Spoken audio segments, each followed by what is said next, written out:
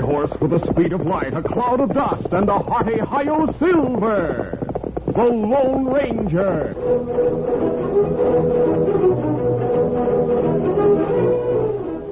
Before this exciting adventure, a word from our sponsor.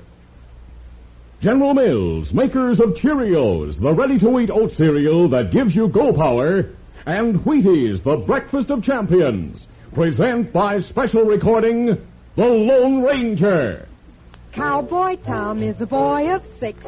He knows all kinds of cowboy tricks. He can rope a steer because he knows he's got go power from Cheerios. Yes, he's got go power. There he goes.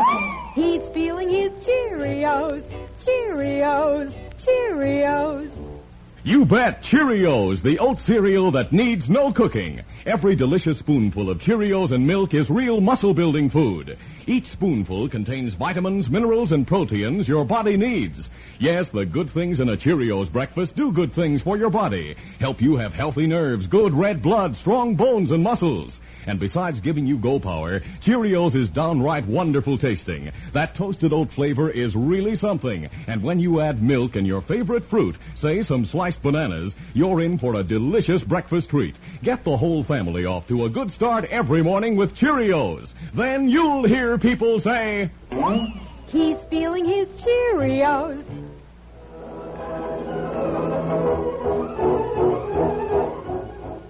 With his faithful Indian companion Tonto, the daring and resourceful masked rider of the plains led the fight for law and order in the early western United States.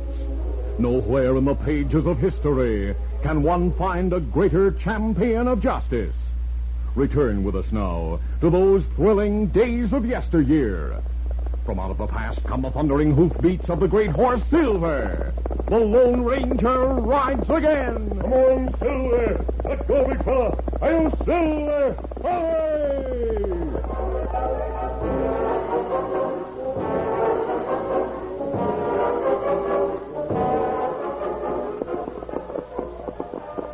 Early one afternoon in late November, the Lone Ranger and Tonto were traveling east toward Modoc City, where they planned to meet the masked man's teenage nephew, Dan Reed. How soon Dan reach Modoc City, Kimasabi? Late Wednesday night, Tonto. Oh, that day before Thanksgiving. Yes, he'll have a holiday from school. Oh, it's plenty good to spend Thanksgiving together. It'll be good to see him. Oh, me miss Dan. Yes, so do I, Tonto. And you say word, Dan be glad to stay with us, not go back to school. I'd like that even more than Dan would, but I want him to get an education. Kimasabi, gunfire sound make it come from State's trail. We'll see what it means. Come on, Silver.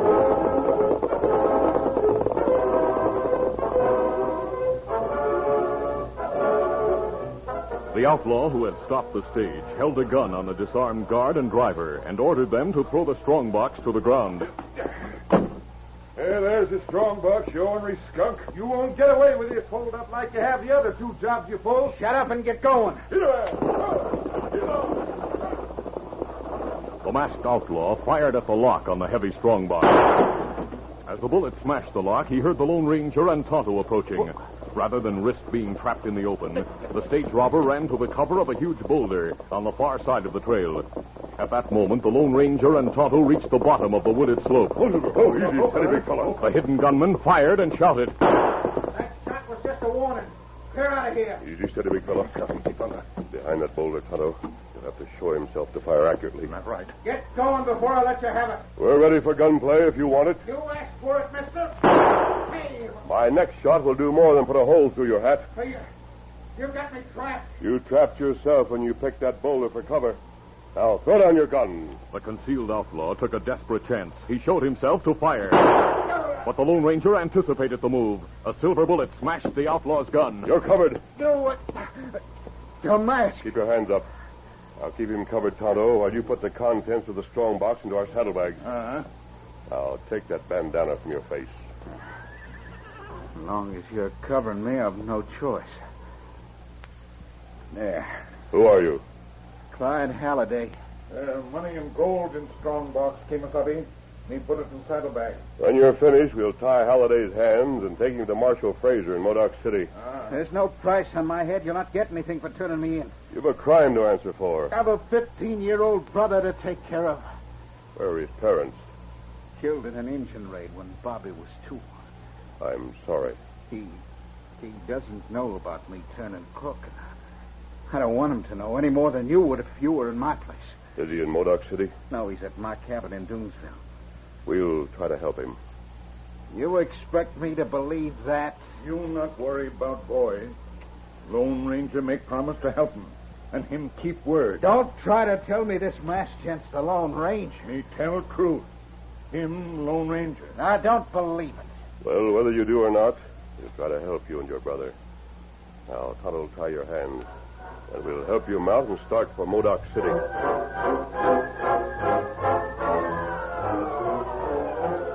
Marshal Jim Fraser was an old friend of the Lone Ranger and Tonto. After the contents of the express box had been returned to Wells Fargo, and the prisoner was behind bars, the masked man sat in the marshal's lamp-lit office and explained the situation.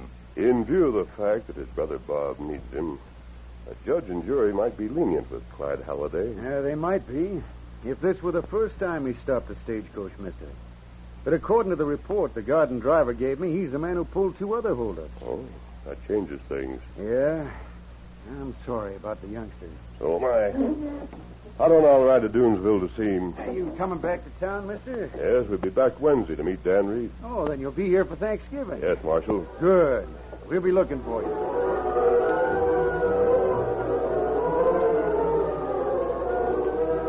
2 days later, the Lone Ranger and Tonto reached the small railroad town of Doonesville, some distance west of Modoc City. The masked man waited on the outskirts of town, while Tonto went to look for young Bob Halliday. When the Indian rejoined his friend, he brought bad news and a copy of the Doonesville Herald. Me find out Bob Halliday leave town early this morning. Oh, you know where he went? No one in town know that. But me think newspaper explain why him leave. You look there. Front page. Let me see. Clyde Halliday of Doonesville, jailed in Modoc City. Paper come out this morning. After Bob read it, him leave town. How'd the news reach Doonesville so soon? Well, it come by telegraph. You think Bob go see Clyde? He may have. We'll go back to Modoc City to look for him. Easy. Easy, fella. Come on, Silver!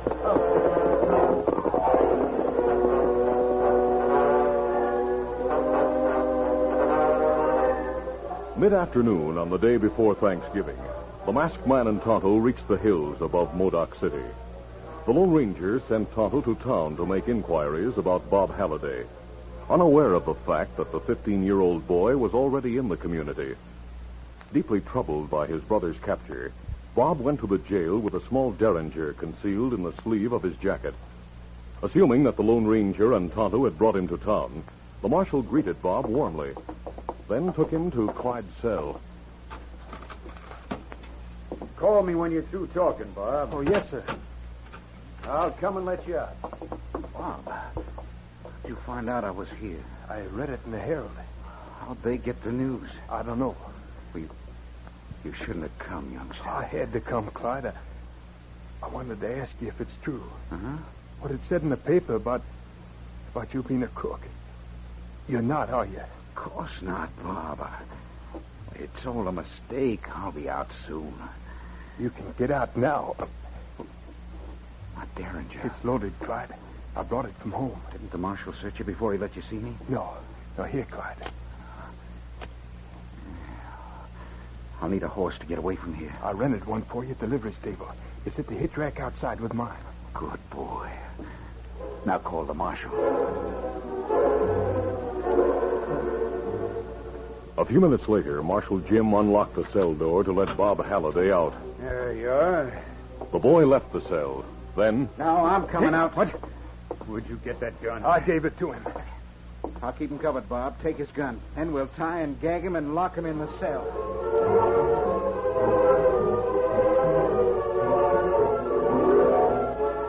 Clyde and his brother were ready to leave the marshal's office when Tonto entered. Holding Marshal Jim's gun, Clyde said, You're covered, Injun. You. Step inside. Oh, you get free. My brother Bob freed me. Close the door and lock it, Bob. Right. We've got to get out of here, Clyde. Not before I deal with this redskin. Jailbreak, big mistake. Lone Ranger capture you once and him get you again. Lone Ranger? That's right. Clyde, is that true? Of course it isn't. Take the engine's gun. We'll give him the same treatment we gave the marshal. Then we'll clear out of here.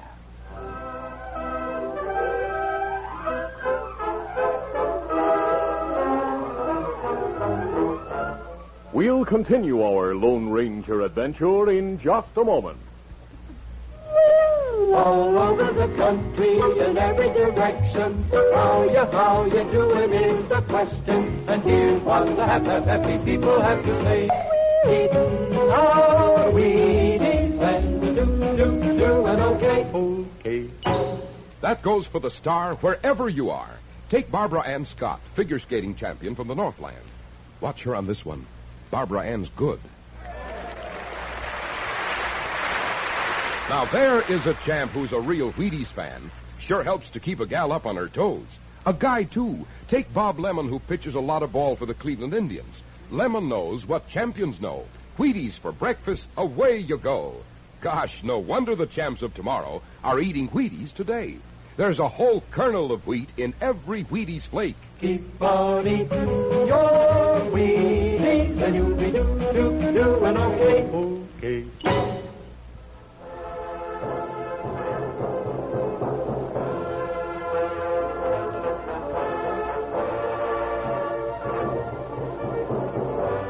Now to continue. Leaving Tonto tied and gagged with the marshal, Clyde and Bob rode out of town under cover of early darkness. Get up. As they headed for the hills east of Modoc City, the two brothers were silent and thoughtful. Remembering the unmistakable honesty in the Indian's voice disturbed Bob. For the first time in his life, he doubted his brother's word. They drew rein in the hills sometime later. Ho now. We'll camp here for the night, Bob. Easy. No one will find us here. Steady. I hope not.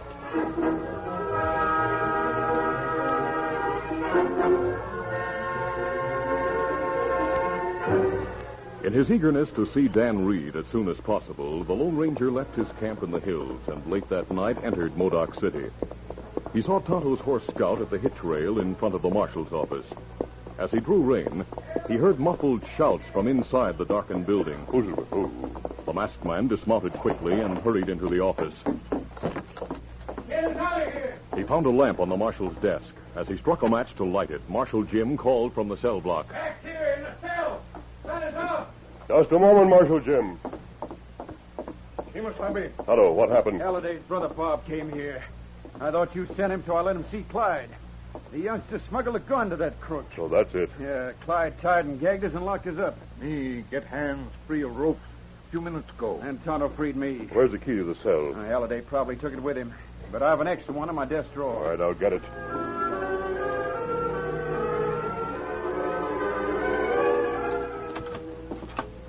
When the door was opened, the Lone Ranger asked, How long have you been here? 3 or 4 hours.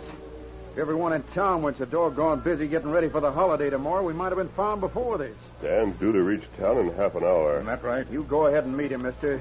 I'll go after Halliday and his brother. The reunion with Dan Reed was a happy one.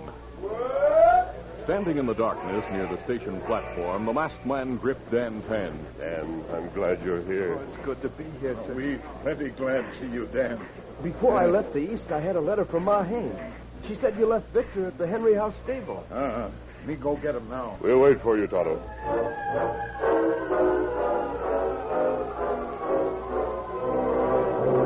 But Ma Hank, the 200-pound landlady of the Henry House Hotel, refused to let Tonto take Dan's horse until the Indian made a promise. Thanksgiving's the time for friends to get together. Oh, that's right, but... Tonto, you and the masked man and Daniel are the best friends I've got. I'm planning a little private party, a feast fit for a king. And you 3 had better be here to eat it. That sounds plenty good.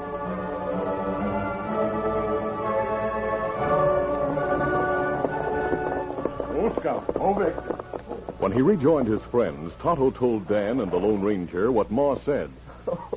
I'll bet Ma's Thanksgiving dinner will be fit for a king. Would you like to accept your invitation, Dan? Well, I want to be with you and Tonto, sir. Then we'll all go to Ma's place for dinner. Fine. Now we'll head for camp easy. Easy, big fella. One, two,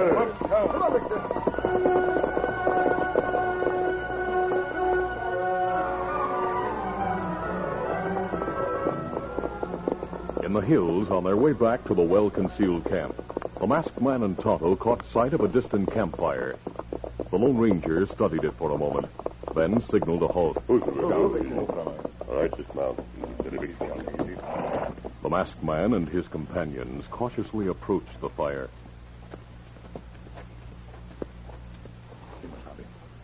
You look at face a fella near fire. Clyde Halliday. Bob Halliday with him. Are they friends of yours? Halliday broke out of jail in town then. Oh, Clyde, lie to Bob. Tell him framed for stage robbery.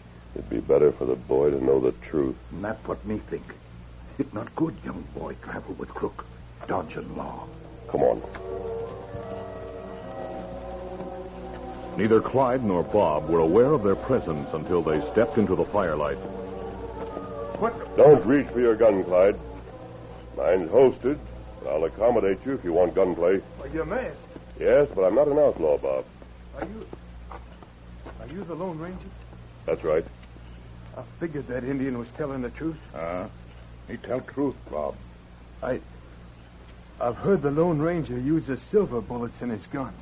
Without replying, the masked man slipped a cartridge from his gun belt and handed it to Bob, while Tonto watched Clyde. For a moment, the boy studied it. It is silver. Bob, Why didn't you tell me the truth, Clyde? I didn't want you to know about it. You couldn't have concealed the facts indefinitely, Clyde. You was bound to learn the truth sooner or later. Maybe so. You're not the first man to make a mistake, and you'll not be the last.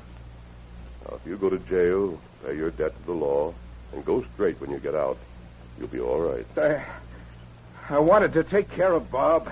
I have a good friend in Modoc City who'll be glad to take care of him till you're free. Who's that? Ma Hank, the owner of the Henry House Hotel. Don't reach for your gun, Halliday. Ho. Hold on, boy. Hello, Marshal Jim. Where'd you come from, mister? We were on our way back to our own camp when we saw Clyde's fire. Yeah, I've been following his trail, but I lost it. I was riding through the hills trying to pick up his tracks again when I saw the fire. How are you, Marshal Jim? Oh, fine, Dan. Easy, steady, boy. Keep your hands clear of your holsters till I take those guns, Clyde. Don't worry, I'll not try a fast move. I know it. I'm licked. You're not licked, Clyde. I'm sorry about this, Bob. Clyde, just promise me things will be different when you get out of jail. Different? Promise me you'll stay on the Lone Ranger's side of the law. I'd promise anything if I thought you wouldn't hold things against me, partner. Let's shake on that, Clyde. Thanks, Bob. Gosh, I guess I'm in trouble, too, for helping you bust out of jail. That's right, youngster. From now on, you'd better not let me catch you carrying a gun. Bob, while the marshal takes Clyde back to town, why don't you spend the night in our camp? But with you and Tonto? And Dan Reed. Gosh, I'd like that. Is it all right with you, Marshal Jim? Sure, if you say so. We'll bring Bob to town with us tomorrow. We've an appointment with Ma Hank for Thanksgiving dinner. Good enough, mister. I'll see you at the Henry House.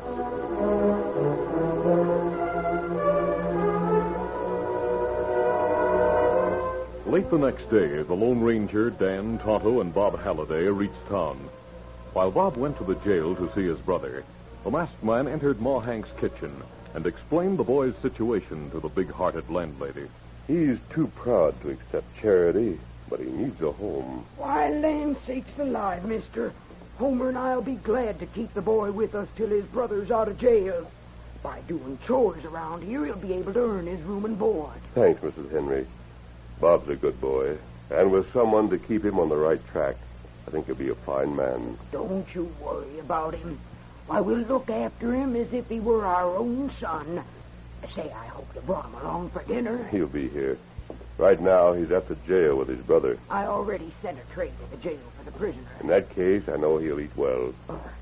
Thanks for the compliment, mister. And now, as soon as the lad comes, we'll be ready to eat.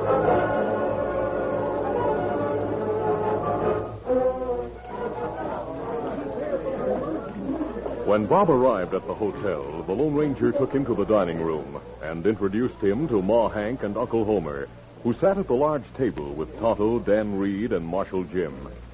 As he looked at the incomparable feast Ma had prepared, Bob's eyes misted with tears.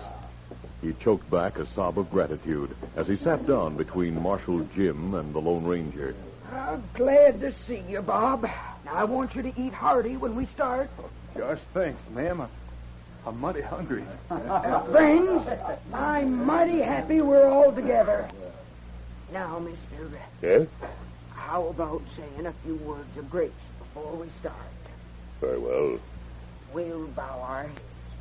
Our Heavenly Father, as we bow our heads in our prayer of thanksgiving, we hope that Americans everywhere will remember the true meaning of this day and give thanks, not only for the bounty of our land, but for the many blessings we enjoy. We are thankful for those men and women who came before us to clear a wilderness and plant it with seeds of freedom. We are grateful that the founders of our country sought thy guidance before they set down the principles by which Americans have lived, and for which they still bravely die. May we forever cherish the custom of humbly giving thanks to thee. Amen. Amen. And please, God, bless the Lone Ranger.